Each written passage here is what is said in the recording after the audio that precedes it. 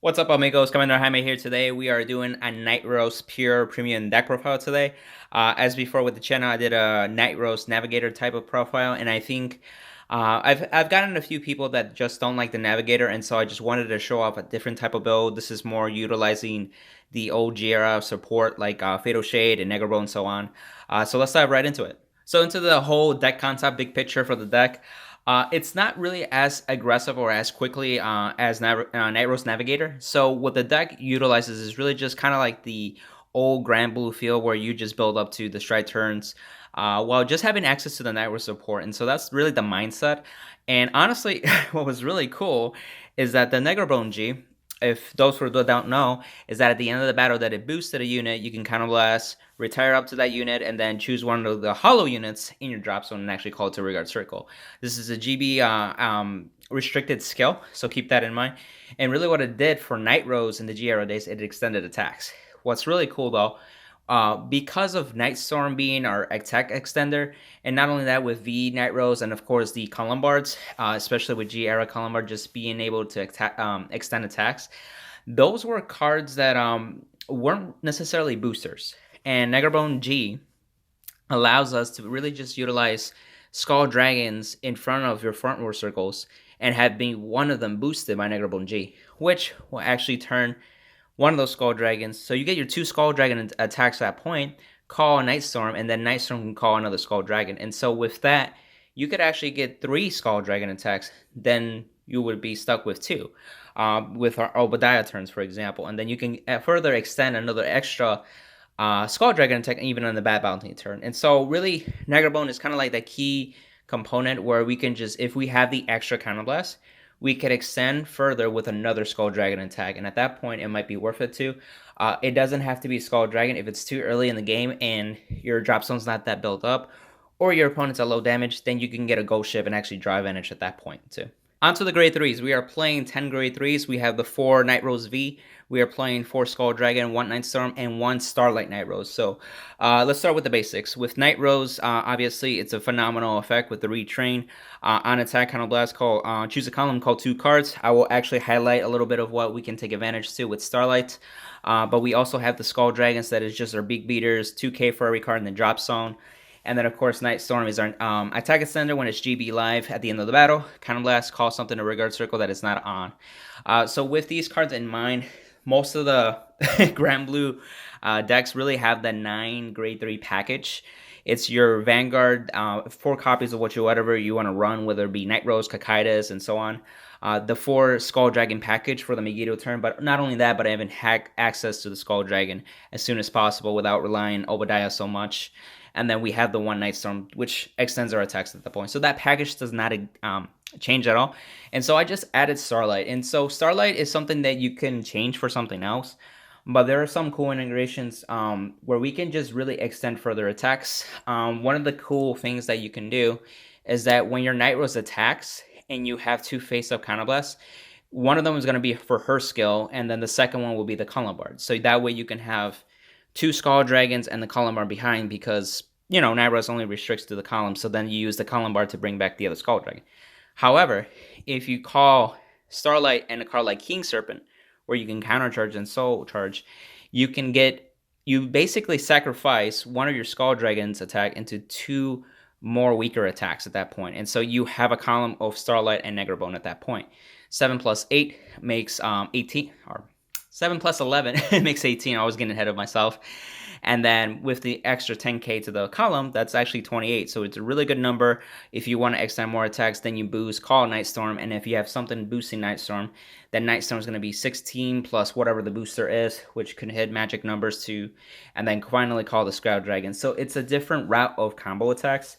It might be better to do that route, especially when your opponent's at 5 damage, so you don't have to worry about damage triggers at that point, but it is something there. And then, of course, there's the Bad Bounty Starlight loop.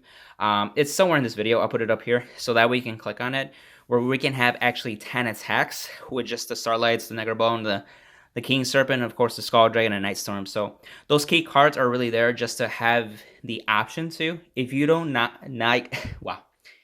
if you do not like the Starlight, feel free to take it out. But it's just something that I mess with too, and it's just having those plays may come up once in a while too. Onto the grade 2s. We're playing 11 grade 2s. We are playing 4 Columbard, 4 Greed Shade, 1 Cannoneer, 1 Ghost Ship, and 1 King Serpent. Like I mentioned before, Columbard and Greed Shade is really that package that is in the grade 2 slots. Like, it's our core grade 2s that honestly we rely on for consistency reasons and for being able to fetch our pieces, superior calling, attack extending. Not much to reiterate with those cards. The tech choices, the biggest one is probably King Serpent because of those combo plays where you are fueling the soul for Starlight, for example, and then you're able to countercharge on your Obadiah turns or anything that calls more than 1 unit. So that way you can take advantage and reuse that counterblast for another attack at that point. Or you can use that countercharge to actually feed for Cannoneer. If you need to get rid of a Rigard, Cannoneer is there to give us a draw and pop it. One thing that I would recommend, if you feel like Cannoneer might not be useful or even King Serpent as much, you could swap them out for a Captain Nightmist. It's almost like the 5th Column like I mentioned before in the Nightrose standard deck profile as well. I've even mentioned it in the premium version of that, so that's something to try out. Or the other option is really playing a second Ghost Ship. With that being said, Ghost Ship gives you the draw that you need, so that way you have a beater, but you get advantage back at the same time. And there's an interaction with Negrabone, which I'll highlight in the grade 1 slots, but you can still get the draw basically, which is really good actually. So that's definitely two slight modifications that if you want to adjust to your liking. But honestly, a lot of the magic is gonna be in the grade 1 slot. So let's start into that. On to the grade 1s. We are playing 11 grade 1s. I'll start with the basics. We are playing 3 Banshee. We're playing 3 Cutlass, 3 of the V Negrabone, 1 of the G Era Negrabone, and then 1 of the Fatal Shade. Let's just cover these two first, just to knock them out. Ripple Banshee obviously gives you that draw that you need. When it's revived and you can Soul Blast 1, draw a card, get +4. Cutlass is there as a counter charge engine on demand during your main phase, so that's very key. That's something that you can actually discard or mill with Greed Shade or Obadiah, so those are very key pieces, as well as with the Negrabone. Here is where the magic really happens. So Negrabone and Fatal Shade really have an impactful, interesting interaction, like I mentioned, where you can essentially just extend further with another attack with a Ghost Ship or a Skull Dragon, and allowing your V Negrabones really just set up your main phase for that. Or you can use Obadiah to also call a field that way. So whatever you are missing, you just fill in the gaps with Negrabone V or with whatever Obadiah can bring at that point. And so then you have Negrabone boosting a column. And if you actually boost, and as long as you have a Nightrose Vanguard, you can do Ghost Ship first, or you can draw and retire, and Negrabone will still resolve. So his cost is just only the Counterblast. Everything else is part of the resolution of the effect, so you don't have to have the unit in fart anymore. Is this actually very impactful because it was actually very relevant back in G Era when we faced Kagero. They have a Denial Griffin, and so if they Denial Griffin the unit, Negrabone can actually still resolve in that case. So you still get the benefit of actually drawing a card from Ghost Ship, and then you can call something like a Night Storm. That's where basically you have that call attack chain from Negrabone to Night Storm, and then it can go Columbard at that point. And then one of the things that I want to highlight too with Nightrose V, because it retires stuff at the end of the battle that the unit attack, you can actually, as soon as Night Storm will call the Columbard, you can retire the Night Storm, then resolve Columbard, and bring back the Night Storm that was just retired and further extend if you really need to at that point. Just a small tip there. I thought to throw it in, but it goes more with the attack chaining. And I know a lot of people from G Era like the attack chaining, and this is one way to utilize that, but just keep in mind those numbers matter, those damage checks matters. So definitely capitalize on that and just be wary of that. And so why is Fatal Shade in here? So Fatal Shade, I feel like in G Era didn't have a best of a time to really shine. That Nightrose had a really tight lineup, and a lot of cards fought for it. With Fatal Shade, it really gives us the ability not only to be another hollow unit for Negrabone, but it doesn't really come up as often. But when it's retired due to a hollow at the end of the effect, not the end of the effect, the end of the turn, GB1, if you have Nightrose, you can Soul Blast 1 and bottom deck this card. And then you can call a non-grade 1 card from your drop zone into Rigard Circle. So it really opens the possibilities to countercharging 4 again. So with Grenache, which we do play, normally we could only countercharge 2 at most of the turn. But if we have Fatal Shade, we can actually go for countercharge. It's just like, wow, that's a huge countercharge play. We can just, you know, maximize it on counterblast and then just get refunded back, just like the old Nightrose days. And with also that, it just has the ability to even call Greed Shade there in the end phase. So if you want to get the copy of your Vanguard, or if you want to get a heal trigger to fix the quality of your hand. And so Fatal Shade actually has those small little, I guess I would call it a quality of life improvement for the entire Nightrose deck, that you can just have and place it there and just fix your hand a little bit better.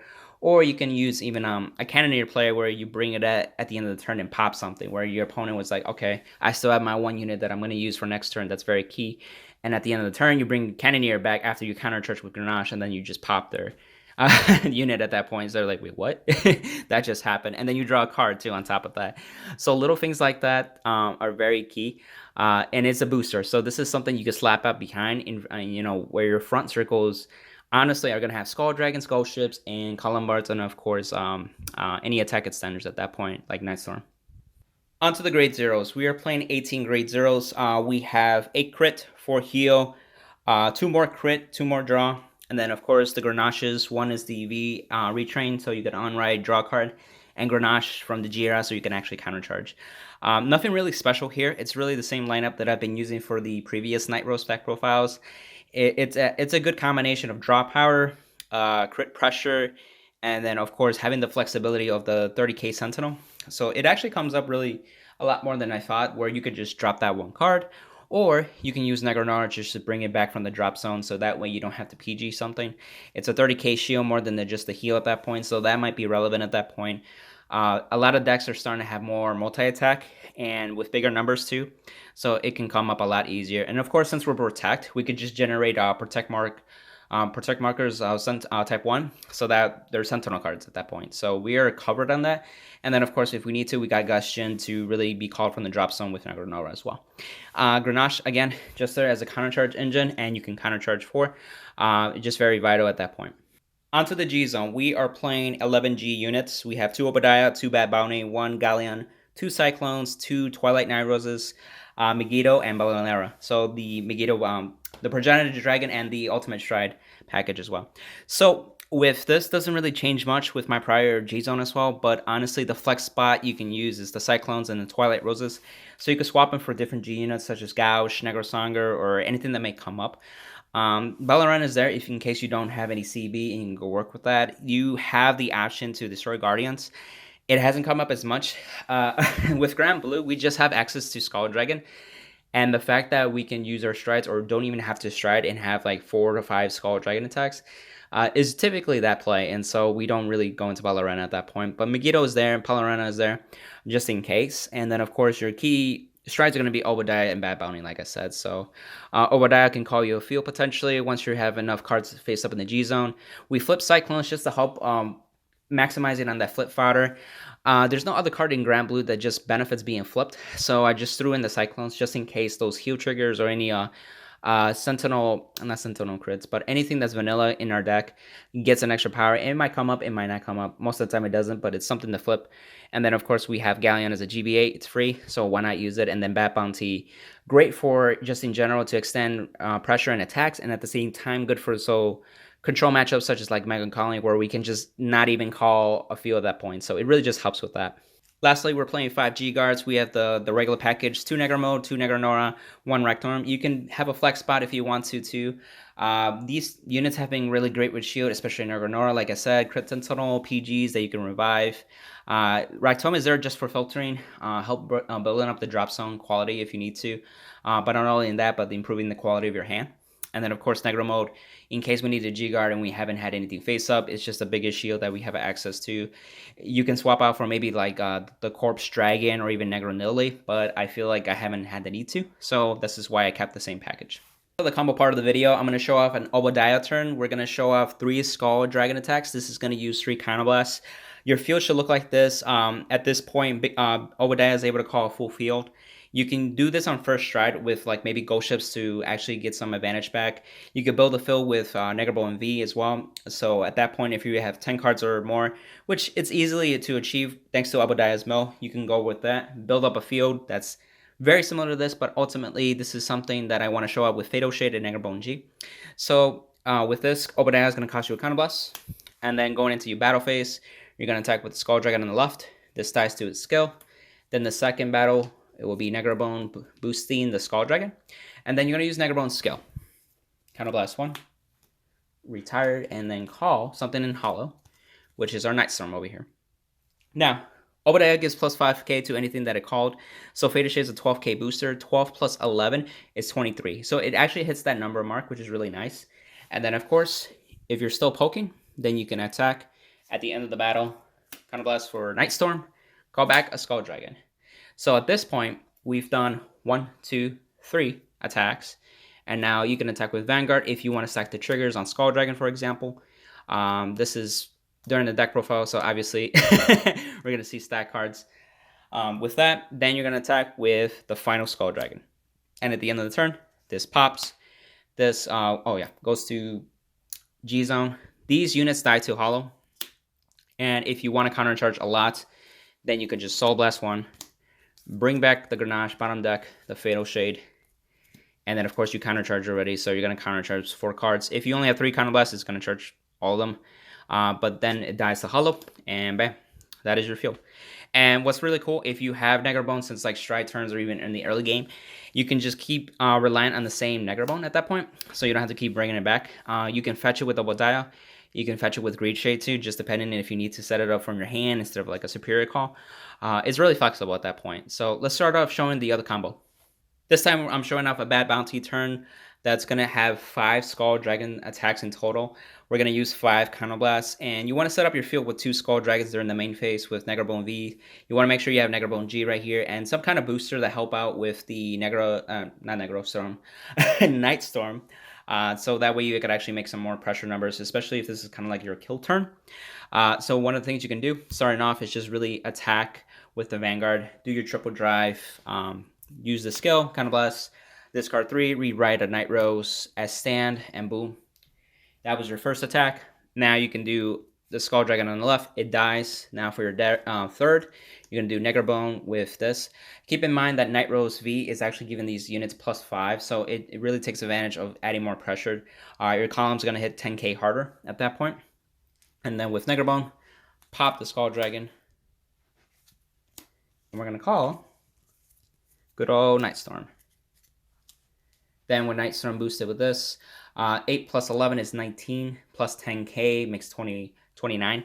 So it's a really good number. After that, you use a Counterblast, bring back Skull Dragon again. These die. Oh, this dies too because of Nightrose V. Then you can just get that extra attack from here, the Skull Dragon. This is where basically you sneak in that extra Skull Dragon attack. It dies, and then this looks very familiar. Nightrose is going to Counterblast, bring back a column, which you bring back your Columbard, then Columbard, bring back the second Skull Dragon. And then Twin Drive, distribute triggers, next attack, and they retire. So you have 5 Skull Dragon attacks. It's going to use all your Counterblast. But because we have Fatal Shade and Grenache, it's easy to go all out the prior turn with Obadiah and then refund a lot of our Counterblast management at that point. And then you can use Cutlass too to also get that 5th one if you're short on that too as well. So this is very doable. And you're just adding a lot of pressure with the Skull Dragon. And so, yeah. Just another tip that I want to show up. When you get to this point with Nightrose, let's say you do a Bad Bounty or you're at this point, if you want to sacrifice the 2 following Skull Dragon attacks that you normally would do here for 2 more attacks with not being a Skull Dragon. And I'll show you what that means. So you're going to use Nightrose's skill, Counterblast 1, call a column, and you're going to call it Starlight and King Serpent. Now, you want to do King Serpent first, so you're going to Soul Charge and then Counter Charge. That gives you the CB back. Starlight's going to trigger because it saw King Serpent being revived as well. So you're going to actually call the good old Negrabone. Reset a column, essentially. Now with that, you do your Twin Drives. You can put it on this column. Now, this number actually matters because it's 7 plus 8, which makes 18. And then again, with her skill, it's another plus 10k, 28, which is a beautiful number. Then you want to use Negrabone to pop this to call a hollow unit.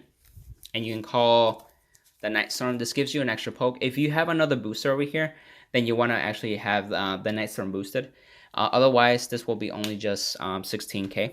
And then his go can be the Counterblast and actually call the Skull Dragon. So depending on what your opponent has in their hand, this might be a better route. It just really dictates if they can, if they foresee the two.